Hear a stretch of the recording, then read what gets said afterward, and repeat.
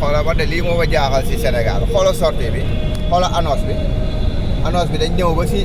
ba fa génnukaay ba ñu def fa annonce lii ku fekkee xamul fu mu jëm du ko teel a xam te fii munoo ñëw bay dépenser bëgg a wàññi bu say bët neexul nga mën a liir bu sori doo ko teel a xam sortie yi da ngeen ko war a annoncé début ba ay 150 mètres wala 200 mètres 500 mètres ngeen def tableau boo xam ne nii tableau sortie la kii ñëw xam ne sortie bi kon soreetul mais doo ko annoncé bàyyi ba dem ba sortie gaay ba nga teg fa tableau sortie léegi ku génnul rek après day continuer boobu nga da indil ko beneen problème kon loolu moom war ngeen si liggéeyaat quoi comme tableau bii nii ngeen xam ne nii da ngeen def fii dëkk yi fu mu nekk nii sortie yi tamit nii ngeen ko war a préparer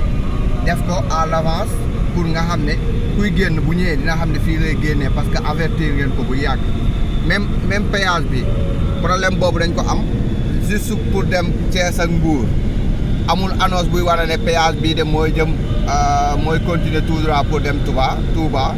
wala Thiès mais mooy jëm Mbour loolu it war ngeen si def liggéey bu baax a baax waaw vidéo bu gàtt la c'est juste parce que loolu ay erreur yoo xam ne nii dina permettre chauffeurs yi di am problème